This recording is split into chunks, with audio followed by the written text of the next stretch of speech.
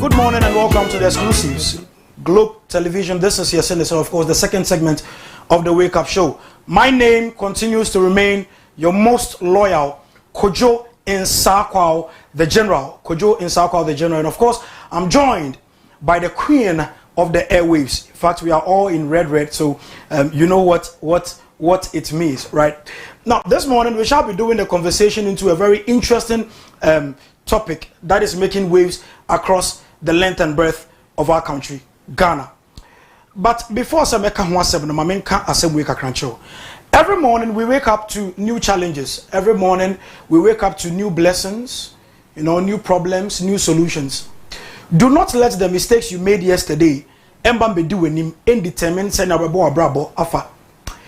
Yawo enyama miensa e wo se nipa da se ne bia wotumi hye no so emame ene se number 1 ye ho oden esen sene ya adwen e kire ye no ebia na unya bibia wo pese wo ye ayeden faso de bebre oba adwen ne kire se aha de ABCD nti wotumi nduro adwen no but bomodin because ho oden sen ne adwen ne kire wo no na etoso mienu ene se sebe ye nimnyansa esen ye mfonso a ye ye ne ndura mfonso a ye ya etata yen ebia na ye bibi no bi behu yen obi akasem bi afa ye ho suban bi na sefo be pa cho nyansan da ye tirimu no edoso esen samfonso na eba ye no enti eni kwan se ye gina no nko so ede boy abrabo ena ne etoso miensa ene se ye betumi aye abro ne nipa krampo nso se ebeduru no enti be bia opese wuduru no kai se wo betumi aye amano atra be bia opese wuduru no with determination me pacho menu mienu yen bie ya adwene mu ene yakoma mu se ye beje new challenges atum ne beba ya kwa mu bia beje atum enya problem na ewo ho no na mum eye kwan a ye befa so asolve ede efiri ho no no enti sorry kwa bonten na ko create new opportunities efama ho aha ena me de motivation no ede AC Obahima na na manyame wa the queen of the airwaves agent red Gucci. So that you're welcome. Thank you. Right, I just love your combination with the Gucci wear and your half shoe, right? Half shoe and your this is pure white trap. Wear white too. What a white? I wear white because we heard the way we see Afan Hona. We pacho. When you saw Bahua, I drove a Range Rover and I said Bentley and I was Koko Fatiku Badia. Say I'll bet them. And I'll bet them. Right, so this is to wish you a happy Vows Day and to keep you informed. So bon by Obahima and Nama Jeffas Mr. P capsules and day Vows Day. A day na walker chire a man mema and ne ye be Vows Day ni bi. Jeffas na do any be so. Na when di bene de o de ye be kan aseme chire. Yes, I also no so no bi. Se be ya na ho be ya din. Atase. Jeffers make sure and pick capsules go pay be mo wo ndi wa kaginemu na enemu nsa ya de nyini ni na efi ho no bema empo no watimi abo yumani ye bema bi wo ho no ma wanom Jeffers ni bia okọ esinani ma de se wo wa ma ne mu so na za yet sese aha nti go pay Jeffers make sure no e bi bema na etumi nyina so na ebo adwuma no said ye wusi epen na general de ye asesa ma adwuna ba oh okay. Na what be metimi abo adwuma no eye amayama no amo Jeffers mixture amayati amawamo dupa ana ne bonya de no koya ba shop ene pharmacy shop bia wo se ope Jeffers mixture boa nyema bia aye akwansidie no yini na de afri onye be ma ne be ma ne de watimi abo adwuma na bo ne yie ama oba no ani age kope bi heba shop bia eben wo bia oba so kope bi ene Vows Day na no be bia enye kama be bia enye hwam be bia enche honye kuma bi na fa kwaje with 3 point Jeffers mixture papa right into Osaka edro ni bia na wasan hye no so amaye endra na ye kire ye kasafa condom hye ma newspaper no so report here in fact say education we ekoso Ghana Ace Commission minim say mo be boy abaso me pa che Osaka edro ni bi na se ukohia matcha sabre na ho aye dendenden ho kani no abeka ho no be pa che say on hye dan ji ho ndi bebira eni we na ye ka ho asem no Mas é assim, faz antinti, o qual fez? You feel sent. I have fire sent 20. Right. Me feel the first one. About the end to us. Enti after say what say and where we say that here. Wohuno. Ubon say oil e wo ho. Enti sa oil yi. Oh, eyi na wa ha say no. Infini ha no. We no. We na wo infini ha no. Esem cry you a feeding bottle. Mo feeding bottle. Yes, sanity. You won't be there. Hey, Obama. Asema na okan ya grada egesi ha say. Send me a virgin if you are money. Okay, me de be gidi de. Wow. Enti oya na o de hye yenya kukumba. Ene manemra se ho na fa hye be ba de si se nya ho na wo. Me pese kwan na eda no no. Oh, me ba cho se ne ano no te no. Say we na pese me demonstrate chere no we. Enti make sure say ano no oya de balloon aba ho. Aha, na afi de wadjojo no. Ansana o de ayese ba spam ne ba ebetumi akogu ano. Anti ba ho na ya ne kogu. Aha. Oba hema na ma no no. Ubekumi o. Oh, maybe so. Jano babwa na be ma no ho so entumi enwura. Yes, entumi enwura obanimu. THIV na anu ni say no mote no. Omote anu ni say no. Aha. Listen, or the kitu ebi kra wo ho no mo a. Etimi kakra ti fa. Na so na ka say me da so me share condom. Me share condom so e ba ne say na afa efuru. Aha, sana eti. Tie yen hye ne so be boa. Na ho da so ne be menti no. Wo bo ho ba ntema na no atimi aboa. Sai pepe. Enti numbers na go screen so no bo modi afa na efre me pa cho frɛ ne o hwe wo pharmacy de ma wo no.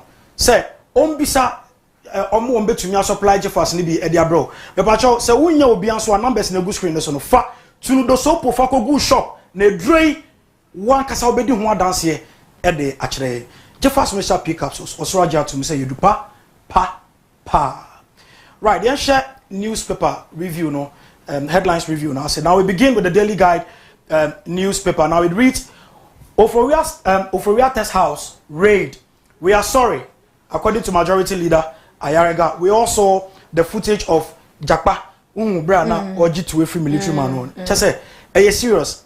So the moko konfo so the moko konfo bi bi to profo makuna no krampo na ye hu ni pakro bo ba mani venda yi and this is for the ana medwom wa mentias ato force kwa mo de to kosi ni so asemo. Now declaring Oforiata fugitive national embarrassment, according to the NPP, court frees Nyantechi over Anas absence. In fact, Anas was asked to testify in the absence of his face mask, but then he was not able to do that. So because of that, court has freed Kwesi Nyantechi of all the charges levied against him. MP slams Ashanti Council of State election vandalism. Now, Bawumia to deliver keynote address at Harvard University on the 14th and 15th of this month. Abusa fabra so ese yede ensem dodo anope wodi ama ye no nsem ema me frase a na ye di Daily Guide na e frase de amamo ne no na enrada NPP amanyuko no friend central phone hia mu ensem dodo no a na omudi atu dwa na ba ko na edimu hini ye pa eye ofori atade na special prosecutor ese wo hwehwe no ne no na bi kasa ya o chese ekwan agodo anasa kwan a special prosecutor ba abonten a ofa so de nsem ne ba betu dwa se Oforiata edwan wode no wanka nwu ano wanka ne ye kura ntino kata ne dimu amanebo abrem sanso na Nyantechi ene Anas nsem awodo na wo court no sese bu court aboy no so atu agu krata no dia ba mahama yarega na edom dodo no ba no dani na ne enipa binom ana Richard eka ho omuko Oforiata ana Oforiata omuko ken Oforiata enka ne no na na omaimu sana hene ni fia no mu cheso omuko akohwehwe no no dom kuma na kasete yom ka se antwa ye kura se mutimma mo so ayikwa de okutatu na chese omude kwa akohwehwe papa no ntanam so ama mahama yarega ono ye dom dodo no ba no deni ababonti a wo chese nia ekọ na ntwa ye ntino omu emfanche wo mu Dr. Haji Mahamudu Bawomi a wo chese Harvard University obekọ na wakwa akodi enkomo wo honom na hyebedwani baako e de atudwa wakasa etia na ekọ so ewo Asante Mantem na no adaba omukwa akoto abasabasa ye ema ne homene eso no Daily Guide e de anope wo bo ano no so de bre ye. Now before we continue with our next paper, what I want you to do for me now is to follow us on our social media platforms. On the social media platforms, and the name of our handle is Globetvgh. For our message no fafaho efabra and our Facebook called www.globetvonline.com. ukodru no mo a news update bia ne ayeye nyina no ubohu se egu ho no mo a ye de esom sa afin so WhatsApp text message line no 059 1228584 for our adventure wishes bibia consent na fafa so efabra na menken kan kama from out. Now in the new weekend crusading guide newspaper it reads Mercy raid on Ken Oforiate's home. Such outmoded politics could destroy our country. Dr. Stephen Amwa cautions. Now sometimes I get worried anytime I hear statesmen who are revered, speak to this angle. It's like what they are doing is like they are trying to witch hunt. But the question is, shouldn't we call for accountability? Shouldn't we call our leaders, whom we pay, those we pay with our taxes, that they should account to us? So if these things are happening, let us look at the logic it is portraying than the interest in the matter. Now, it won't happen again. Majority leader assures, it says, raid on Ken Oforiate's home, regrettable, that it will never ever happen again, according to Ayariga. Baumia delivers keynote address at Harvard University, 14-15 February. Now, our Win Youth condemn traditional council's ban on MP and they demand retraction. Down here, Mohammed's research agenda is a deterioration, according to NPP. New weekend crusading guide edie ewa hase no na Dr. Stephen Amwa enso akasa etia se enipa binom ekọ Ken Oforiate fie o ma abọ na mane a no muso mu kwa akohwehwe no sanso so na majority leader edie achopa kese ababonte wo je se ne ekọ so se nipa ekọ Ken Oforiate efie no enche yi ntode no so ba Dr. Haji Mahamud Bawomi obekwa akokasa e Harvard University tikrata no edie ba na aworin omu na ahemfo e wo hode ba abonte omu chese ma hye bedwani o honom etu gold illegal mining no ka ho bi pa ne se enti no mra na chese omu ni no eni nkomo ye bisa na nsem o ma bo mra hye bedwani ya bona o mpeso obeba ode ene echna ne se enti no mu twa adwan de bunu so omu kire se o ma twa na su afri kro ni mu omu ni nisa wo so omu ni dwuma bia di e wo kro ni mu bio na no na mabunu a e wo awowi na ba abonte omu kire se na nanom nka o ma no ntum na galamse no mu a na etu ade na maye ne mmremu ani bia ba ma bejan se ye twitwa nwa ne mponte ne nkokọ ne ade ne mo ye na anya fe na mra hye bedwani no tan bi na asa motan no na ma hye da ba abonte be keka sansem we se na galamse ni de okọ na ahemfo na aka se ba abonte esem na hye bedwani ni tu galamse no mu tu bia okwa akon bedo enti no mu so dia mu ede aba abonte no ene no ko bedo so betu galamse ni bi obahema na nama to be kasa se na chese now the Ghanaian Times newspaper has it here. Our Interior Minister Haruna Muntaka is also here. Now he's taking a step that we must all support him with for. He's saying that this time recruitment is going to be reviewed. Recruitment to the various security sectors is going to be reviewed because there are times when certain people enter into the service based on protocols, because something protocol enlistment. So all these things are about to be reviewed so that your value for money will be gotten for you to ensure trust in the sector. Government set up committee to review security service recruitment to eliminate partisanship. Public expressed mixed reactions over cancellation of Grand Independence celebration. Minority unhappy over growing trend of political witch hunt. And Ghana faces imminent power crisis as car power ship threatens shutdown over $370 million debt. Yeah, the Ghanaian Times said dear to so John Jinapo ono na yeso afo hwe nyina mahode wonsem so ewo memu wakasa wo chese Ghana ka hye etonya asem ketwa $370 million nti anhwe ya dum so no ye be san akomuntu de no so ama ne bo abren wa sei Muntaka na yeso afo hwe afisem so ewo omemu ono so akasa wo de asuda wo chese aban no eba be pa nkrofo bi a o ma ye fa omu ewo bambo adwumemu no ye ne omu ba bedin komo ne ya ye hwehwemu nti no so no krata ne di mu ama ne bo abren ewo ha sei enche 6 March eba beba so eya na mantama hodo na bia ekoso yebodwa datam na chese obia abana wababa be display e honom na afi 2025 de ide wo chese enya de se de de bia ye hunu no ebe koso ne mum Jubilee House nko a na omu ebe ye 6 March no e wo honom se de be ya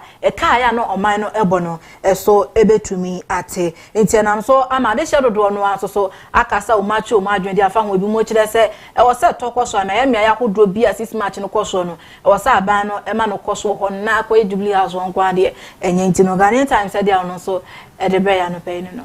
Right, so we continue with the public the new publisher newspaper. Now if Oforiatta can die, we will still arrest his dead body.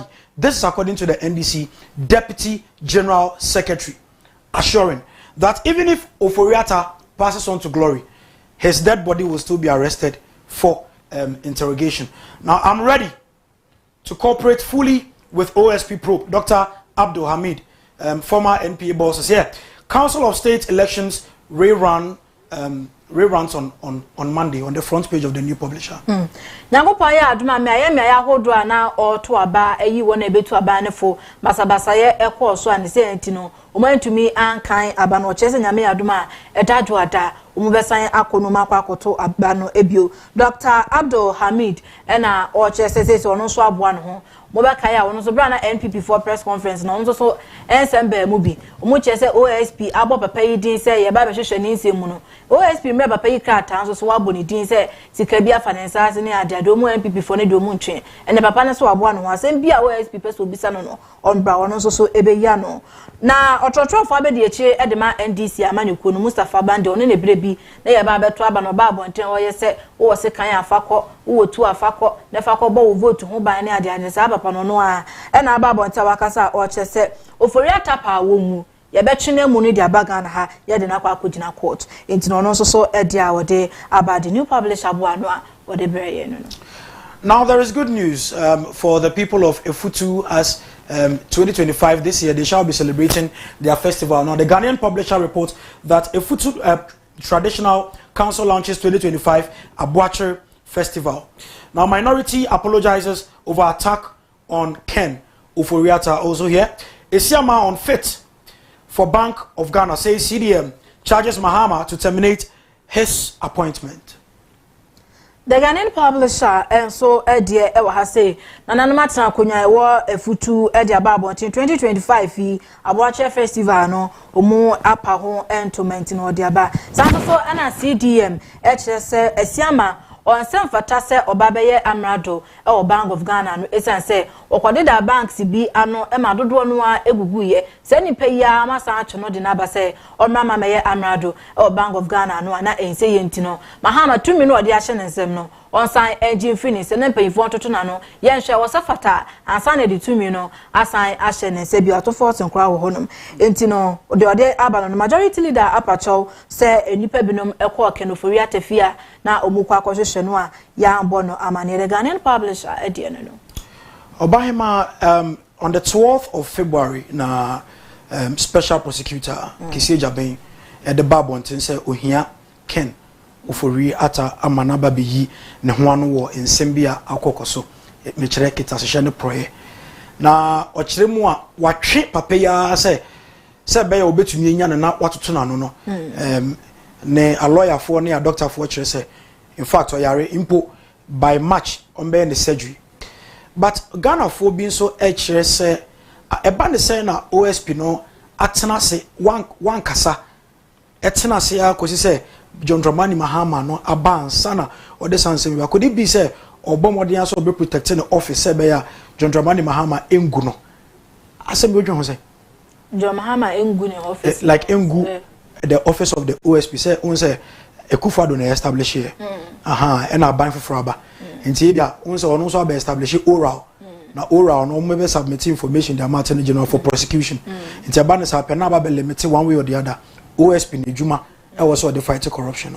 But nkofo bi kire say or the protect or yes and man say be ya John Dramani Mahama be say or the like in the office ni ejuma ojo say me ebra oba abontin a obekasa ya okasa we declare Ken Oforiatta wanted no na me say to pa say bra na ado e wa ben mu no ebra na Oforiatta Ghana for ebo na chi say ni dwumedi a odie nkoyie aba na nyi ni fi ho ene ade no sa be ni na wanti bi we hu bi Today na watna hono moa afi ya yes papa no ya yo so adwane o se do no kan no so aye de no na wo ba boncha be ka che se wo hwehwe oforiata en it is enka emi bi se senka na NPP wa ban mu a enka wo be frema no se ombra na NPP to etoko so omuto aba na ma NPP e ma ba womia ewini na ba womia be ye president a enko be frɛ ken oforiata se one brand as NPP for our opposition no ohun so ma ho odin wo from NDC ne wo honom entina waba ana as brand na NPP wa ban mu no ne dwuma dia no mu die no na aban no de ne ho rebrem na ye ma na kwan emo ndi ne dwuma bi hia na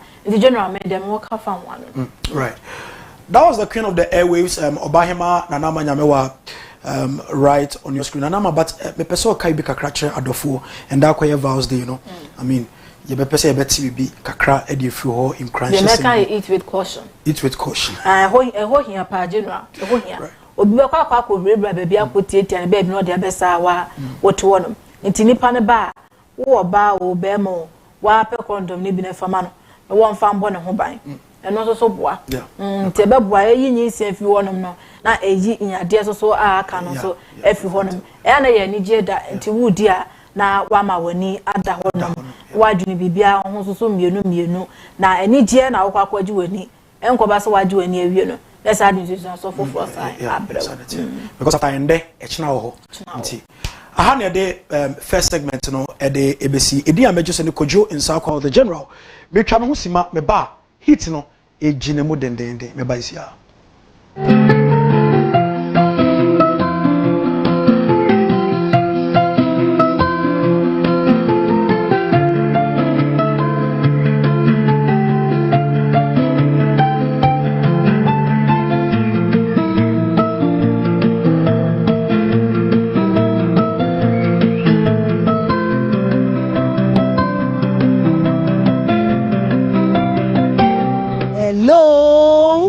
Promise of Mamina and Hayford.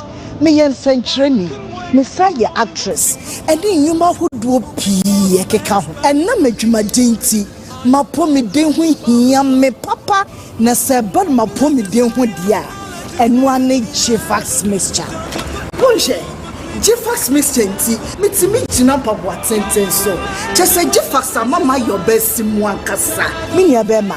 Ebama wusu wa yebe mama pa senti ameji Jeffax Mr. Tumpreko peni say edro no hote ye de afa abefu nimde kwanso eni fidie won suom e na ye ne frenchem kroje ye no nti ma ye resade enu wane Jeffax Mr. na momitie enye ma penfo oba o ma akwala no fo ana akwala onyanya emfie dumienu FDA ahwehwe sa edwedi krato yi mu age atum se eye Jeffax Mr. Pa.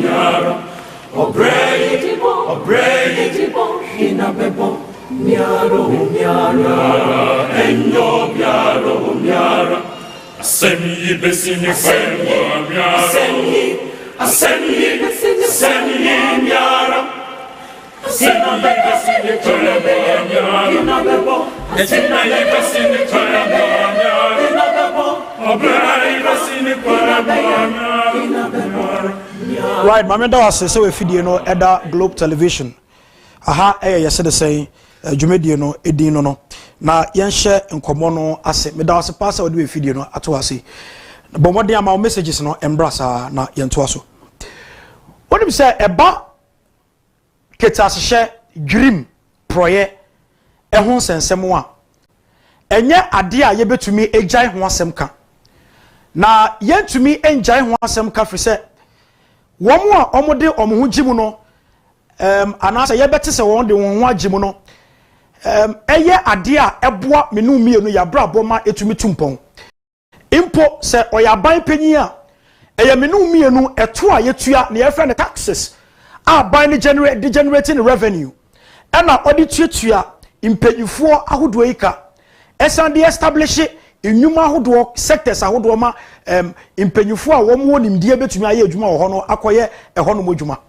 And when it comes to the issue of the akontabuo yentumi njai bisa emfemfiri yempanyifo enchen bia no e wo say ye frɛ won na wo be account na ekoso a ade ba ko aya na men support say yede ebeka ho ene say ye be kasa based on partisan lines say on support party we nti o kasa say na o support we nti o kasa say and then yam be kasa mfa Charles Bisiu insensebo yan kasa mfa wuntumi yan kasa mfa woyome yan kasa mfa Cecilia Dapa etwem wey a fresh case bia ehun frama ehya se na ebobo from 2023 edeba na sabrei ampa akoso ama yate ehun popoye ene sen ya finance minister eye yewura Ken Oforiata a oye economic strategist edema president former president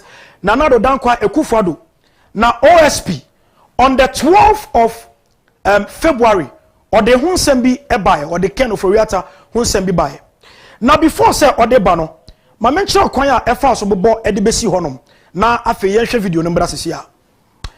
Last year Okujato honorable Sabre or foreign affairs minister edeba bontin say e was say Shraj etumi investigate enema bi procurement bi na asefo akoso ewo National Cathedral no ho eno na enya sa sofu ma kusi mo Reverend kusi mo omo ho sensem bi say o use two identities ho sam nim say okay Shraj edebae somewhere 24th November say impanyifo bi wo board of trustees no so a omo manage National Cathedral na say prosecute omo eno omo sama federal recommendations eno na OSP no ede kwa adwendwimu somewhere 20th of December last year na OSP so ede ba bonten say oba be ye investigation ede akọ finance ministry no eho ene some other procurement contract bi a akokoso no it last year no de ba anchekura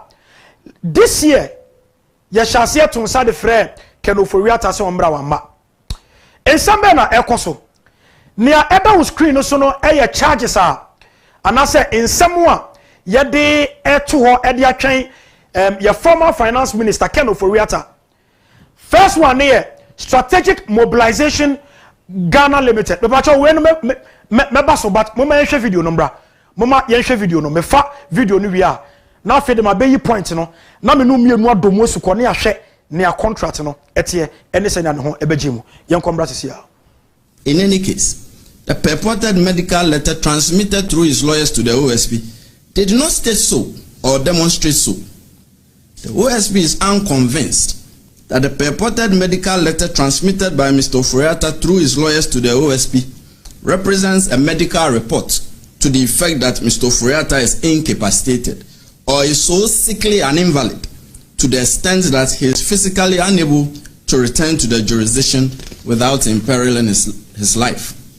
No serious law enforcement agency, and certainly not the OSP, will be convinced that the purported medical letter stops it from demanding the physical appearance of Mr. Oforiata before it in the described circumstances. We are of the firm conviction here that this is only a ruse employed by Mr. Oforiata in aid of his intention to avoid returning to the jurisdiction and to personally answer questions in respect of the investigations. We are convinced that the real intention of Mr. Oforiata is what was communicated to the OSP in the very first letter transmitted by his lawyers on 31 January 2025. That is, he has left the jurisdiction indefinitely. That was what was communicated to us at the first instance, and that is his intention. He has no intention of willingly returning to the jurisdiction. That much is clear to us. Consequently, ladies and gentlemen of the media, the OSP declares Kenneth Nanaya Oforiata a wanted person. He is a fugitive from justice. The OSP will take all necessary legal steps to secure his return to the jurisdiction and attendance at the OSP. And this is to Mr. Oforiatta. You have two choices. You can either return to the jurisdiction voluntarily or the OSP will enforce you. Right. Minimum video yi wa sha from the 12th of December. Ebi so ana unye huye. But se wa sha enye se ne hwani nti na me de kire wo. But nsem ba ko mienu miensa bi wo mu a okeka ya owie no o de describe Ken Oforiatta. In fact, or describe Ken Oforiatta as a fugitive. Now, yeshe the meaning of fugitive. Fugitive is a person who is running away or hiding, often avoiding to avoid arrest or legal action. It can also refer to someone escaping danger or prosecution.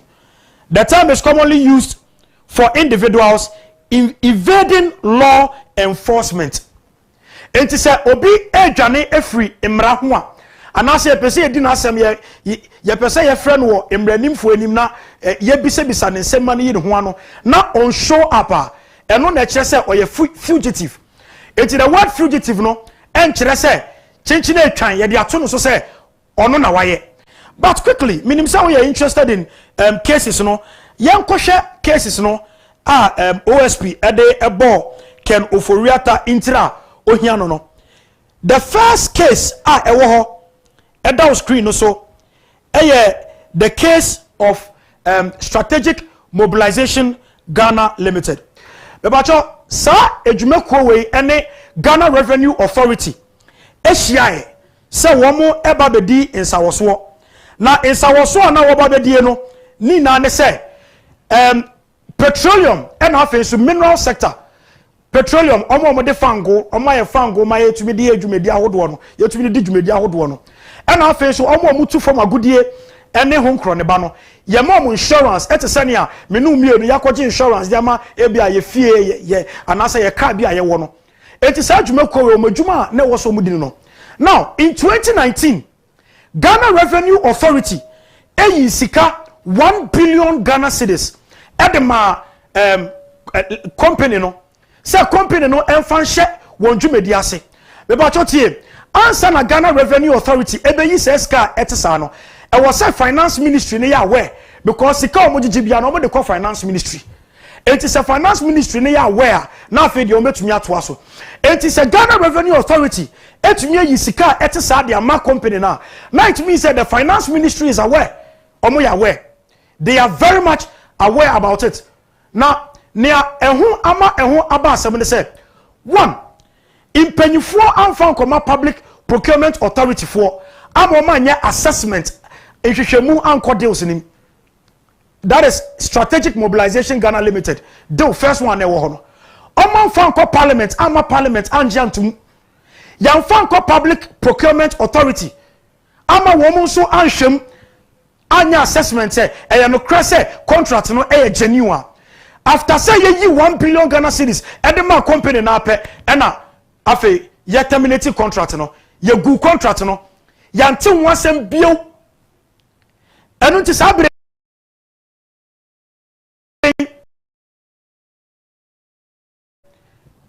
konya wo mo fa so invite a company with Strategic Mobilization Ghana Limited edem ba contract mu say omo beboa Ghana Revenue Authority na ye issue insurance and former petroleum and mineral sector for no in fact contract no in sigina papa enu ti ehu hia say ye behwem. That is the error I wo honom ampanyfo no ye ankopa PPA anko parliament enu ade say ye yiska 1 million say monfa koya ade na ye tioma mu say ye yiska de ayade na say ska twetwere de we nyina akokodi nipa ba kon ensem enti ende kisi ajabe ekire mu a ono de on fa charge bi anto papa no so but na nensa ehhehye sa deals na senti ombra na ombeyi ne ho ano ensem ahodo bi a emranimfo ekadiafa OSP no nsem o de aba no me pa cha me wie we na eno so meka ho asem e de a kire ne etoso mienu eye ECG Beijing Zhaojin Technology BXC omuni ECG yen na enim say ECG won dwumedi a wo mu edie no sinto kakra wo ho enti sa company we ye invite company no edeba oman ni mu say anka won beboa ECG na power loss and afin so power efficiency sebe ye betumi enya enyinamu kanea na edim esenjina so amaye no ye betumi enya bisa afin so eka hodo a yebo esa ne enyinamu kanea ye hwere kwane nti illegal connections na asefo no anka wono mmra na womu embeboa ECG na dwumedi a womu di wo sa sector dim no etumi ECG na papa na se wie peye me pacho sa contract we enwie peye because there was breaches kakra bi akasi bi a breaches anache se enfonso kakra bi sinto bi ekoso wo baabi amma eyi sa deal we no entumi engina entumi enwie peye enti ECG Beijing contract no so onim se eba ne sikasem ade bi ye sikasem a emfa woni ankrankre anase ku a eji seska no ni nyina beko finance ministry enti mo invite nkofo no ba ma start etu eska bi dia ma won nanso anko wie peye seska no ye giye anase eka won ho the first one no so SML strategic mobilization Ghana limited for no woni GRA for ye adwuma no 1 billion Ghana cedis after say yetu ma won yan hye hu ne ekoso bi asa no seska no ye sanji firi won ho wan che na ekoye OSP hia anu ye Ghana for here anu ye. It's not about oye NPP oye NDC oye say no, but we need an answer to Saskana akwako kemuno. The third one OSP no eka wansem intira ohia finance minister no National Cathedral bosha Nana Dan Kwaku-Fado ede to honum se opese osi asori dan chenchirenche ede hye Nyankopon de animonyam but asori dan no ba besi no yemfa enfri oman no fotuo mu ono ankasa silver collections ne nasefo well wishes ema yehu se impanyifo bi cross was cement ede koye se kwakoji nhira now ensem bi ekoso ewo bra na dwumedie no eguso ekoso no ho ene se chief of staff sabre no issue communicate the finance ministry say Kenoforiata release an amount of 142.7 million Ghana cedis efama won na won fa enye juma bia wo pese wodidi ema finance ministry enso release sika entesa 142.7 million Ghana cedis yadema say monje wo bra ye hunu ni aseska no yade ye hu ni eska no ye hu edwuma ekoso ho na no kra se adane swimming pool bright any Alexander Heneje chief me pa cho ye free ha mo ne panyin kasa na yenso yenko dware pool ni mu kakra ne na yanka so ye witness bi enti according to OSP no kwa ye first invite contractors kuraba field no site ho kwa ye first draw plan no cement building materials, that is procurement. Ekwaya abayi no faso procure building materials no na enye ne kwan mu a enti finance ministry na finance minister Kenoforiata na issue 142.7 million Ghana cedis no sabo fanya cathedral obra anko sehwe enti OSP say ohia finance minister na watoto na no nia edi ho etoso 9 one district one ambulance initiative aban no say Akufo-Addo aban no say odebeboa ama apomode hu sensem etumi etumpon wo oman ni mu the sasunti say Ministry for Special Initiatives omo na sa de ne hye omo about the special initiative is one district one ambulance to say 24-hour economy, one village one dam. A special initiative to say initiative a edemu soronko enti wo se enya sector obehwe say sa dwumedie no e koso because eno so dia de foforo ebre oman no but aban no sa time no eji contract no e free Ministry for Special Initiatives no ensem wo bra na sa bre no contract na kodi Ghana Auto Group Limited for ho oyi free ho de kwama health ministry no say health ministry mundi sa dwumedie sa ade hu dwuma enfama me na in fact na wasanka yensaka 307 Mercedes Benz ambulance across the country eno no gina so ema Kenoforiata, that is under the Ministry of Finance, release an amount of 34.9 million US dollars. Enya Ghana cedis. Dollars.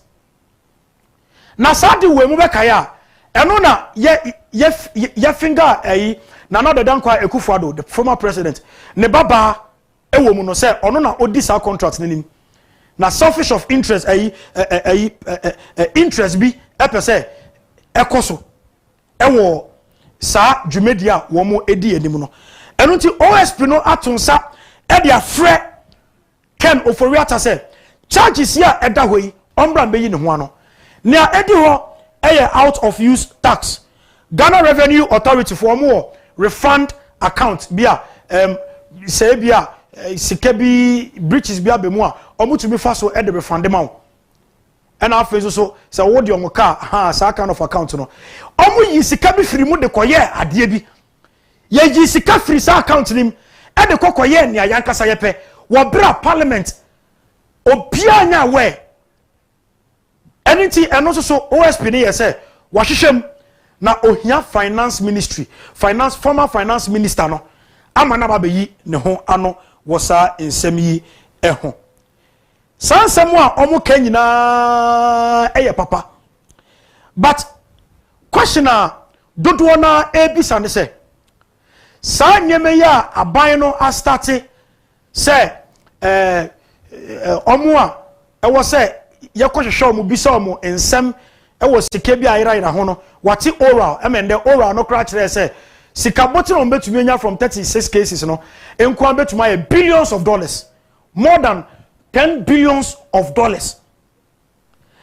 Sabre so OSP say yansa aka obi that is Kenoforiata once and same bi ho eno so ye case e wo me pa cho ye nyina ye kai PDS ho sensem a ekoso no ye nyina ye kai other cases to say ejapa ho sensem a ekoso no ekosi san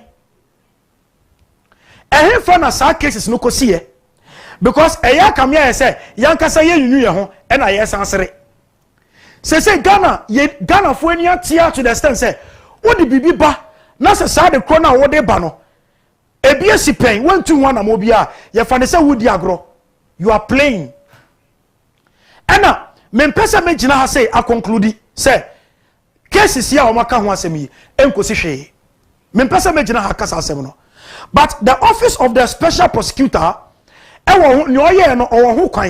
now the question is say adentina on to me and charge Kenoforiata if truly ne ho ebo nsem ni mu a but on say eba na sape na ye deny no natural right be ba cho ya ye wo party nim NPP aw ya man panyufo bi ahya se tutu nsem gu asum say ye wo chanting asefo no this is accountability ekoso enti se panyi ne ba na se bia oba betu se menkasa emra no ma no ho kwan ena se o aveli no ho so a ebeboa chen se obetia ne se yese ye de yensa tototore nema bi so ewo man ni mu enya party no oba besum no eye state anything na Dr. Amu an nsem an okaka no na me I was somehow baffled say you are a politician, in fact a very respectable one, renowned one of course, and these are matters of accountability.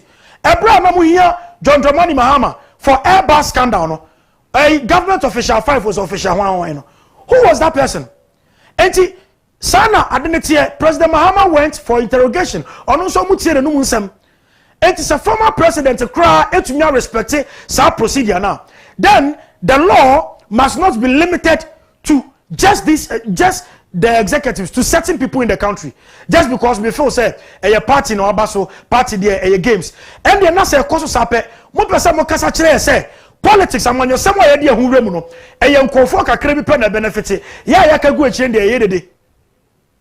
That is what you're trying to say, because we must demand. Some NPP supporters are demanding the accountability along the line. Mobekaya ena Kenoforiata ho sensem somebody say Ken must go. Sabre no almost see about see Bank of Ghana, sa the Bank Square, or new building na omesi no. Yes, a rich area. I stand to be corrected. Almost say Ken must go. There was a lot of agitations in the country. And then facilitate sa deals way e ma ne course. Finance Minister Keno Foriata o manage COVID-19 sika. COVID-19 sika Ghana for bisa accountability. I think it was almost $1 billion. And then the after 11 nyaka esande bebo mu no. Eurobond ebae. Other philanthropists so they sika by other organizations. E-levy nina ebae. COVID tax nina buy. COVID-19 tax nina buy. It is ask we nina no. Say and there your friend finance minister, former finance minister. You bet to me ebu nwa konta. E dey che Ghana force ampa. Ye manu credit ni pepepere e so. E den ti na e ya kamia say portfolio bi kasa. Omo kasa ma ne kokoye say na OSP ne ye no. Ase some gimmicks. Of course, e ho na ye ba no. OSP jumedi a odi wo man ni mu no. Ebi mu ne say bra na owo bra na ekufodo e so no. Na ontumi kasa. Na sabre ya oba abonten wo John Dramani Mahama breso ababedi nkomo no. Na che say o pebibi e dia protecting the juma. O person dey body protecting the juma. But osan be kire mu say in fact unsa investigations ni bo ono mo a etumi di years. Etumi di years month. It is some of these issues are very dicey. E wasanka omuto mo boase ekom. Etu hwanka time ne dey. But long time. The question is are they will course watch it?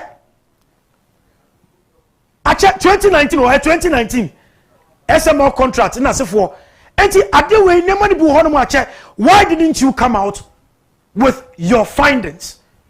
Why didn't you come out develop interest into some of these things? Enti enkofo bi won say a fashion won say near OSP ne ye no one way or the other a quite offer so they are protecting the office because John Dramani Mahama are establishing oral. But either of the matters no any question me no me no so ketasishane prayer so if Keno Foriata is being invited for interrogation not say I'm passing on someone there must be no cause for alarm. Of course we can argue near Jakpa eko Richard Jakpa mu eko papa ni fi okoye no Ayariga condemnity. I will not go into that too much but yan kasa ho kakra bebacho footage no oji e share no ho sei ansa na okosoro ho okoye nso no wakọ evade nipa no private residence enti se oba na so wa be ka kire wo say na mo gold bars wo hono mo a e wo mo say CCTV si wo so de but onu so betumi de bibi simple e de arew obaye no mo ba koye no we na sie and until that is where many Dr. Amu Abeya again say there must be mutual respect for one another irrespective of your political colors. Jakpa, what you did was not in the interest of the country. Ghana for and 12 ban from my NDC say mumbra mbeso omano emma omanu be huhu na mo fam ranhye musam enye na mo pe e wo say ye fam bra kwan so ya de a ye wo say ye fa so. Moreover, second of Foriata yesi oyare it was eminent bra COVID-19 wo ho no obeyare ye nyina ye hu no bra normal speech na say why you bolokra by force. It can be true say papa no ehia medical attention it may be true. But for you to evade a former minister of state private residence with a pistol on you and not walk on the first floor, ako evade the family lounge and on the family area, then what are you trying to say? You are trying to tell the good people of Ghana say you need accountability. You crown so personally. You so you per se you tua nkofo suka personally. That is the signal you are sending out there. And ebanisa it wouldn't augur well. But procedure now omasha here and interrogating corruption related matters, we should stop calling it a witch hunt. It is not a witch hunt. It is called accountability. Kwesi broni nanka oye dia and anka accountability say ye secure accountability dia anka beti ase. But akoya Ghana there your friend witch hunt. Nipa bibini. Eno babua Samahama dibiye way na NPP achina almost more power. They will also pursue the same interest. Enti uba say omo aya appoint you say won di dwumedie no current ministers of state no uba say omo di dwuma senia e wo say won mu di pepepe because echina bi ubetumi alusu no ba bedi wachi no ono so ebe demand accountability e dey free ho e wo dwumedi a wudie mu. They will come, they will demand for accountability, whether we like it or yes. We must not entertain some of all the assemblies, asset declaration, yes, Yembe declare assets impo, enyamba, enyanse wonshe. Mu declare asset, no more trash envelope mu, no more akoto Auditor General Office. Yembieso, is this called declaration of assets? National Service Secretariat and a corruption scandal being so across wo hono no nipa 81,000 ghost names 81,000 and a yetua sa nipa no ghost names no baku bia 700 cedis. That is according to ehwehwemu a ekoso no. And for 8 years no old currency I think 4.3 trillion old currency. New currency mono 430 something million Ghana cedis. Or kobrani nipa ba kope aji says kano e dia hye ne bottom. Well, yenyan find out say akon ho say anase yenyan kono, but once yehu ghost names no na it means says kano akose nipa ba ko bottom. Akwakodi obi ho because scano controller NTS scano must scan in the account mu omo receiving dey be omo receive for 8 years and sanka bank na send feedback say akwawe on time be yi ni sika yes e bia we wu anase bibi say na ye no na fe de omo feedback, but these people respond not just say adebia ekoso, and we need more of these things. John Dramani Mahama, the people of Ghana voted for you not only because of development but because of accountability. Enti say na wahye no emma Ghana for medane attack krokro de John emma ye attack krokro de John o maye bienum na ejira ho sha yentumi fa esengu ye cha na se yentumi fa esengu ye bo enti asem ni bi eno ani say yeti asem na sa na be. So we must not let it end there. Yam pursue sebeya o mine sika akodi obi ansam no NDC NPP wanyo yen sabeka seska no na ye dia bo o mine ho bra fi se Ghana eye menu mienu dia Ghana o mine no eye menu mienu e na ye dia ye adwuma ye ndwe ye nchirima no so a wono mo ba no se amamu a ye bu ne no e de mfasode e de ebebre won na afi e de impuntuo e de aba bre no aso se won so obefre e de aba so na OSP yesraw emma sadie wei enso ha. Let us see you action in action. Act ye juma na emma we ma me say media you say coverage media then it is alleged say wusro court no kra. So what do some court na court say baby bia as some person that is the belief of people. So prove people wrong with your office. Let us get to the root of this matter. Good morning. Right, over Fraba, so 05912285884, 02084400943, 05059122885. Good morning. Hello, good morning. Right, ain't you? Roma for the Nova. Right. My member of the about so maybe go to the about just a doctor. You are one year now. Picture. I'm here. So much some time. Because I buy the but I have to buy the Roma father. And now you are. I'm not at work. You have this letter that I will come and the engineer published it. But then me, I would have to buy it. Now, for you can hear. Yes. I never hear what's wrong. One. Say you are over here, man. To be for my speaker now, then I go to the room. Say, I then now only say, will be privacy, or you feel. People have to want that they got one. It's not such a fear. When it's a million, sharp open, I would get all year that, or one with your court to put you on when now. I do see back, but we want that happen funny now to confirm with you. Ekimi Roma for the Mawusa Jewe, and yet, who called the job? I'm a way Ghana Maguru, Ghana,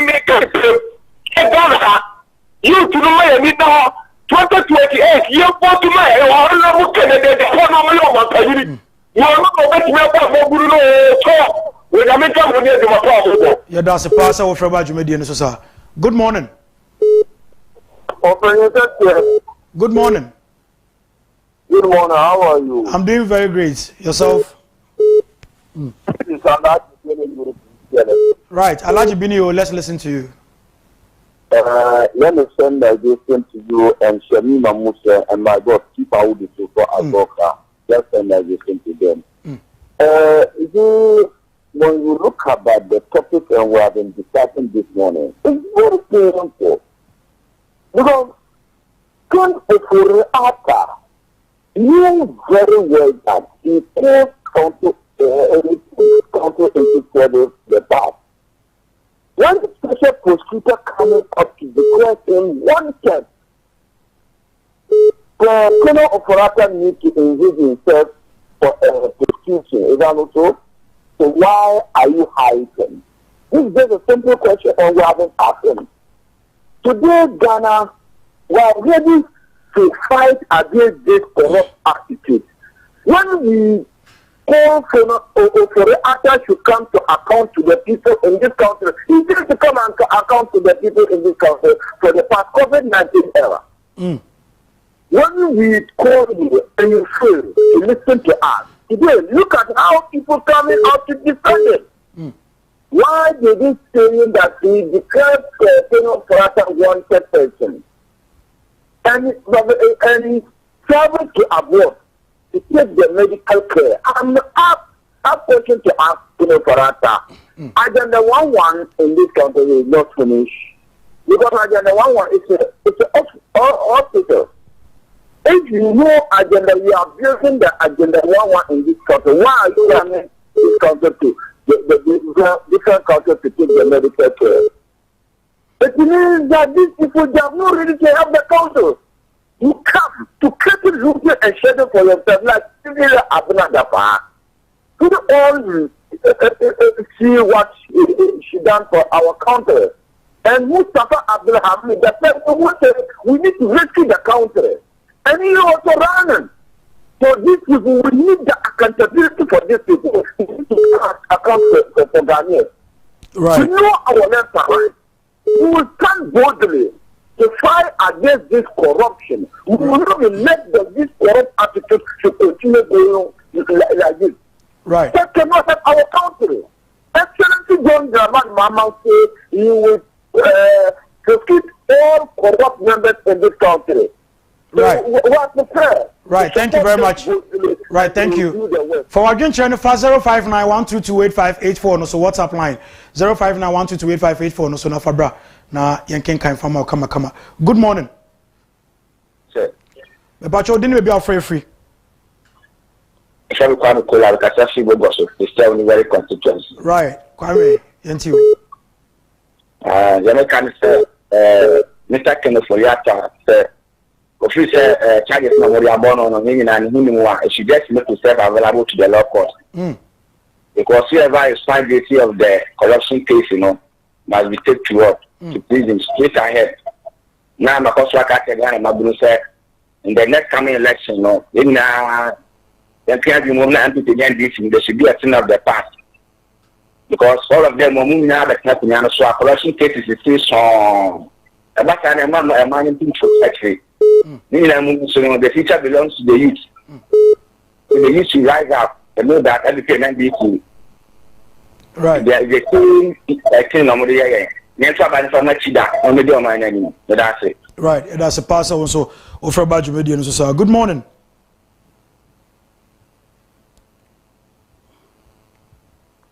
Good morning. Right, 05912285840, 05912285885, 0208440943. Your WhatsApp line is 05912285884. Ube to me so follow your social media platforms no so Globetvgh or Facebook no so do on my Etwego live. Good morning. Good morning. Udini maybe I'll free. Me favorite doa. Right. The battery into Fidodoa. From Daniel. Right. So, open Papa, Mikia, or your point. I don't know this year. Emma, youth may well papa say, or my woman, yet this and the first or mine ending say, or move your mind on my. Na nipa de ono ani interest keke ono benya minu kasa yesu nipa wacha wo wiase a ni eteye ebusua na nyamila ya wa na ya fa nyama kadaki ma ba pa no muso wo se ye nananum ana be we ati wa maye ye di ni nya abo ye bu na ye di sika akoti akot mo abotire ya ese na ye maye no ese. At the end of the day, now I say, "O mine no miska, o mine no wa uchim." Na say na gain edit to my tema. My brother, I na ya rawo. Go we your mine no pempen so your mine abedu te say na. Yes bro, youth yes bro. To be honest, near koso accountability. Yes we. Na sta abaya bata. School right. Desk on the deck. Our school. Now, so be any effort. Eti, Nako Moya Muna, your mom, our pastor, your mamma. Nako be any. To be honest, and Nako be any now would I see now. And now we be out doing. Now, minister, Nako be money now say, Yea, to that, yes, and yea, Addition, my brother, you did not stay still anymore. What you mean? Okay. You can't do it. It is kind of your problem. Therefore, we are party. Therefore, you are them. Yet, therefore, you are mine. No money. Yes, me, your money. Yes, you are sent up with ya.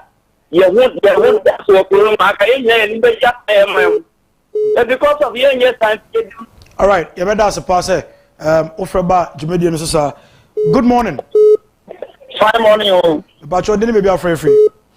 No, the friend Richard, do not friend do. You can say Apetima. Right, I get you into Michiamoni Matia to remember the penny in the Juma Power, Ebo Magana. The Juma Muya, the Michiamo Power, Mumma yesterday, Apostle of mine, and I'm separate degree. Master, the person with the same before assembly. Yeah.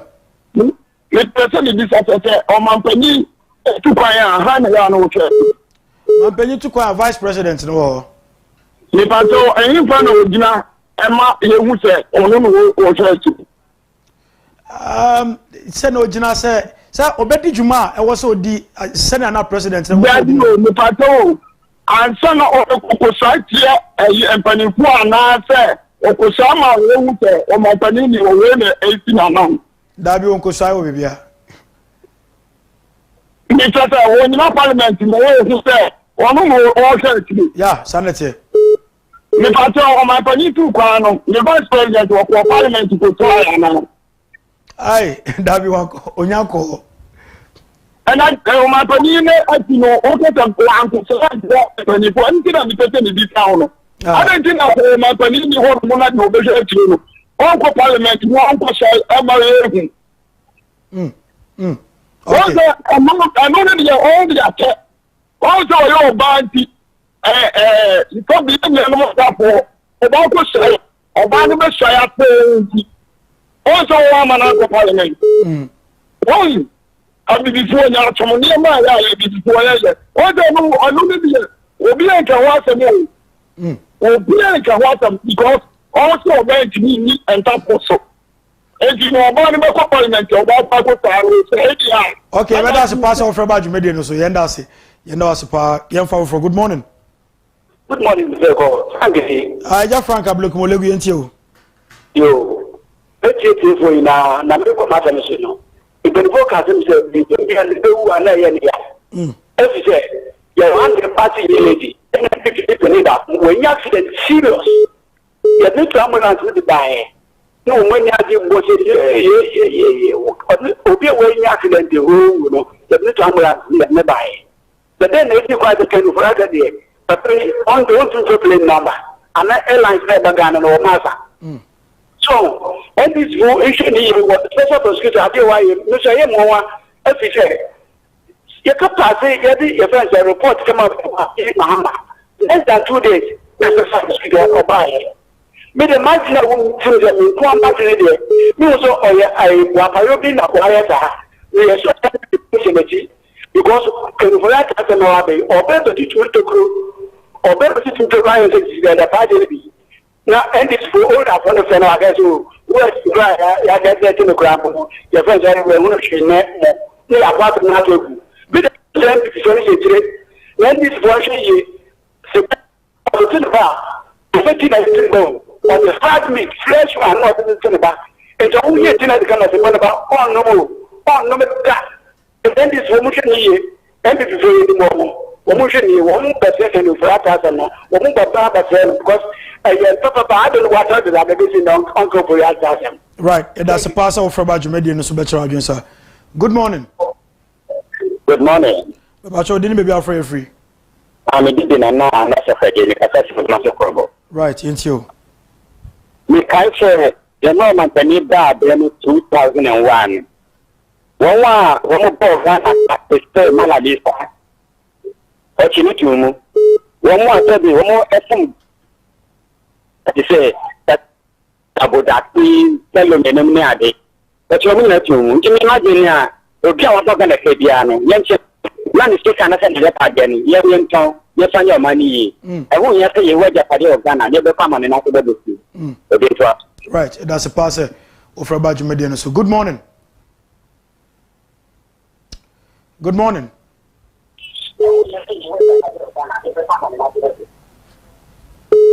Good morning. Good morning. I'm going to say. Now, I don't know if I'm going to be able to be able to free. Oh, Nanny, you said this as an idea. And no man who stand the man who said, but you must expand. You are see. And yes, sir, can you forget said you, dear, this said, or money to come out Bassano, and the account. And it is in the right direction, said. So I said, why am I Joe Manica? Remember the action. The man or not. Special prosecutor no or actor no I populism I said you hypocritical idea what is the crown and you can only none and one line and will resign crab 6 months later want to me and town shade and I know Japan Kokoya and Yamati I know how that the man will be other kind was him and why will you come if you can for that crab in the shadow just on the brother. And you must come here to and I can't state about a region. And before you come, if you be a cocoa said, you may cook community. In the car wasn't we are to come about the senior daddy. Papa, you know, Colani Bukumo. Child special prosecutor, and one look and I was here prosecuting the because and you know, you know, airtight and yeah. Now, because a month and me to choir, such man or the man, and you would and maybe just draw the home. We are at the end of one city by 21 some conclusion and the amount of dresser. It was special prosecutor idea. Again, I want you to mean the crime. I can't say, we not had you. What you see, can't talk at the ship. And the idea we wish us to know what you are. The whole joy in Yatum Kankawi. And what you are just at the end, what do you think? Woman of family. They won't give special prosecutor any idea. When you staging a special prosecutor, we got the oil on you're near from your woman. Right, yeah, that's a pass. Ofreba Jumedi, so ABA. Good morning. Good morning. About you, didn't be afraid free. About you, we didn't do the right, into you. Master, your mom paying the medium, I didn't try. Which will be two collection after. We didn't buy a collect with him at a gyro. Who do I watch a woman? As I say, which will be two collection. I think it's for an Attorney General, no say, Omuncha in Seminimu, but Osha Mama no hold Kakra, and